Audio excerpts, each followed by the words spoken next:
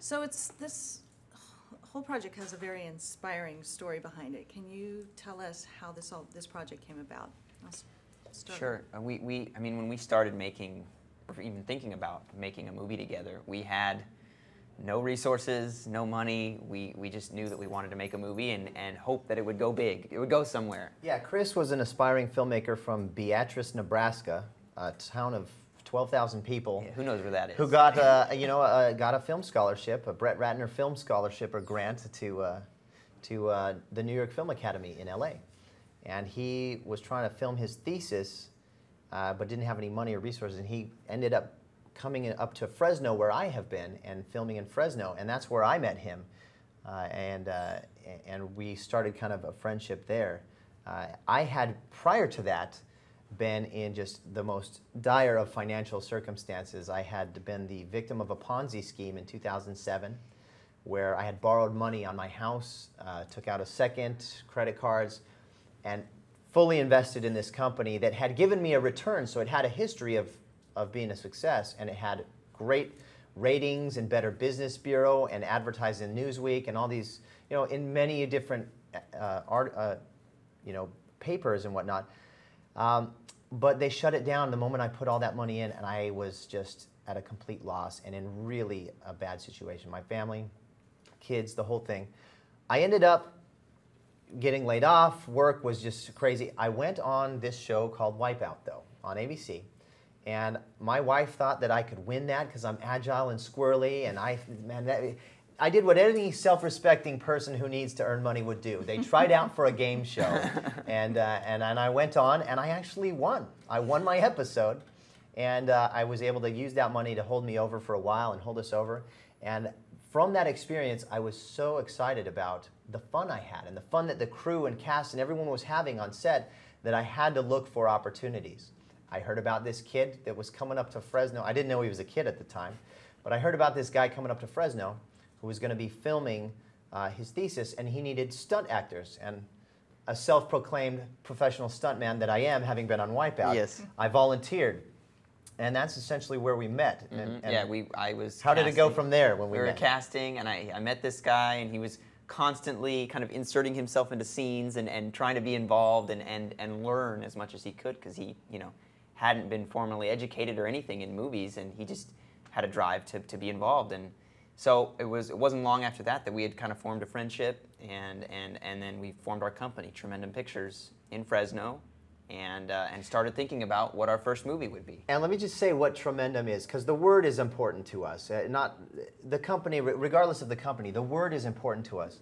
The word Tremendum means a feeling of awe associated with an overwhelming experience. And that's exactly what this whole thing has been for us. Yeah.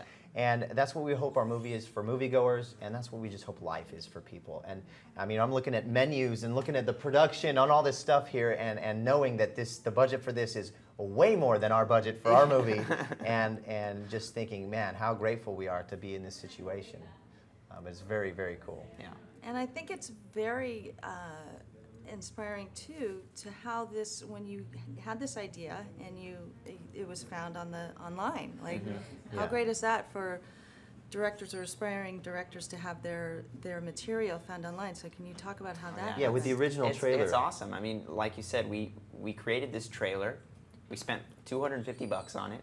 Travis built the Gallows, the original Gallows, out of his fence. His old fence that was going to get torn down. We used the wood from that. I mean, we used whatever we could. We shot this trailer kind of as an experiment, and used it to pitch to people in Fresno to try and get some money to make this movie. And we didn't, we weren't trying to get $1 million. Yeah. We just wanted a little budget. We needed enough just to make the movie, and it worked. We got the budget. We got the movie made, and put a second trailer for this movie online. For a real movie, for a real movie, fake trailer, not just a fake one. Yeah. And the trailer we put online really did set it off for us. We started getting passed around a lot of movie blogs. People started to take notice. We were getting phone calls from like the Weinstein Company. Yeah, and that was awesome. We were in the van Yeah. driving down the night. It was the night before we were supposed to meet with Dean Schneider from Management 360. And we told them we were going to be in LA. We weren't, so we drove down in the van. And all through the process, we had actually used the van as not just transportation, but as hotel. Yeah. Chris would sleep across in the middle section. I would put my feet underneath, and that's how we did it when we were doing all the sound design and things and traveling here. But we just took these calls, and we were just excited. And you want a copy of our movie? You want to screen it? And it was just such an incredible experience. Yeah, and I think again, it really speaks to kind of like this generation of everyone's got a phone or something they can film with and create content with, and I think it's just awesome that opportunity is out there for people, and people who aspire to do what we did, to make movies or to be in entertainment or acting or whatever. And we ultimately ended up meeting with Dean Schneider at Management 360, and we gave him a screener of the movie, and he enjoyed it and said, "Man, this is great." And it was more so from a production standpoint at first, coming on as a producer, but immediately they were like, "These guys have something, and we're grateful that they saw that we want to do big stuff here." And he introduced the movie to Jason Blum.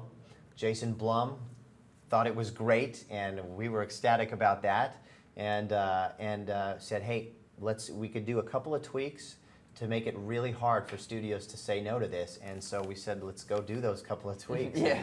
And we made them, and we brought it back and had a screening for all the major studios. Many of them loved it, and we ultimately ended up with the great New Line Cinema and Warner Brothers, which we are very happy about, and we love them. Which is fantastic. Now, you both direct on this film, which is unusual, so you're co-directing. How did you manage that? It started out, originally Travis had more of a producer role. I was more facing with the actors, and that was kind of how it was for a while. And then we realized that we were both kind of talking to the actors, we were both kind of directing scenes, and so after a while we kind of just both became the directors, both became producers, and it just kind of tag teamed everything, really. And but it was cool. It was cool to bounce ideas off of each other, find the best thing that worked for a scene or for a moment. Well, and even the editing process. I mean, Chris edited the movie. I edited some scenes, a couple of smaller scenes in the movie. I did some visual effects. These are things that I hadn't done. Chris taught me a lot of them.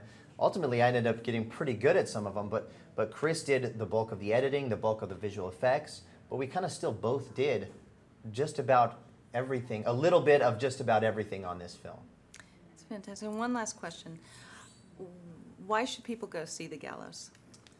Why not, is my question. Why not? Look, people are going to enjoy this. I don't really see a reason not to. I mean, for people that aren't excited about gore or, the typical tropes of R-rated movies, they're really going to love this one because it's scary without those things. For people that do love gore, it's not going to matter because they're going to get scared with all the stuff that comes in this anyway. So either way. Well, and everyone's been to high school. Everyone's been to school. Everyone's experienced that part, of life. And why not experience it at night and when you're locked in? Everyone has something to be afraid of. Get twice as scared about their of high school.